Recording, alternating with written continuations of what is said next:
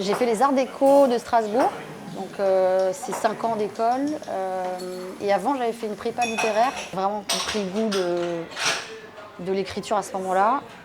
Et écrire. Et puis le dessin, ça a toujours été là aussi depuis que je suis petite. Est venue très vite l'idée de faire, d'écrire et de dessiner, de faire les deux. J'ai commencé à dessiner pour raconter l'histoire de ma famille, raconter ce qui se passait, justement le quotidien de ma famille. Quand on grandit que dans des grandes fratries comme ça, il y a du bruit tout le temps, il se passe tout le temps 1 milliard de choses.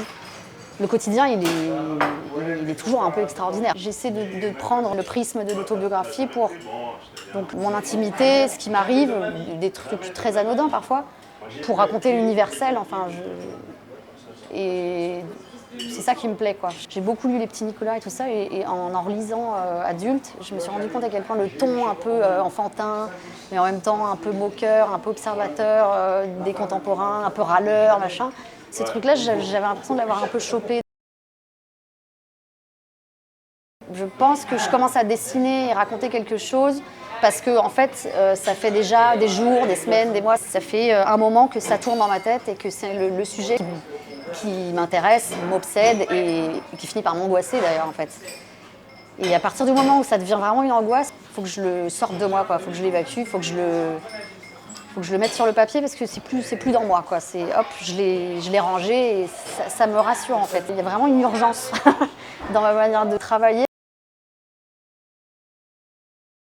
Aussi pour des questions d'urgence, je pense. Le stylo bic, c'est un truc, on s'en fiche en fait. Si je le perds, c'est pas grave, quoi. J'aime bien aussi le trait que j'ai avec, un peu irrégulier, sur une table de bois, dans un café. Il y a un côté un peu rugueux que j'aime bien, un peu brut.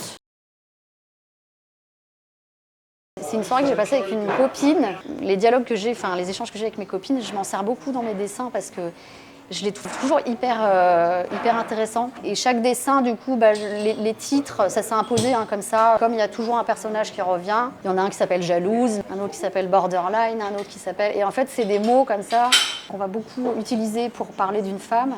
Et du coup, un peu cliché. Donc à la fois, je me vois comme ça et en même temps, ça m'énerve un petit peu. J'aime bien utiliser, me moquer un peu de ces mots. Pourquoi est-ce que les femmes, on a ces adjectifs-là et pas les hommes ? Bon, déjà, le féminisme, c'est un combat. C'est le combat de chaque femme, quoi. Et à son endroit précis.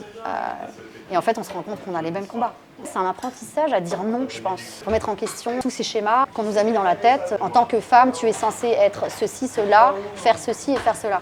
Être pas trop grosse, pas trop maigre. En fait, à la fin, l'étau, il se resserre énormément et en fait, on peut plus être grand-chose. Ce que je raconte, c'est aussi tout ce que j'ai vécu de violent, parce que j'étais une femme, dans toutes les sphères en fait, dans le couple, dans la famille, dans la vie d'artiste. C'est ça le féminisme en fait, c'est le raconter, c'est le crier. Et je sais pas, je trouve qu'il faut dépasser le truc de je suis ça et que ça. Ce que je veux dire, c'est qu'au moins on peut le rêver, on peut l'envisager, on peut être plein de choses à la fois. Une femme se pose beaucoup plus de questions, parce qu'en fait, elle s'autorise beaucoup moins de choses.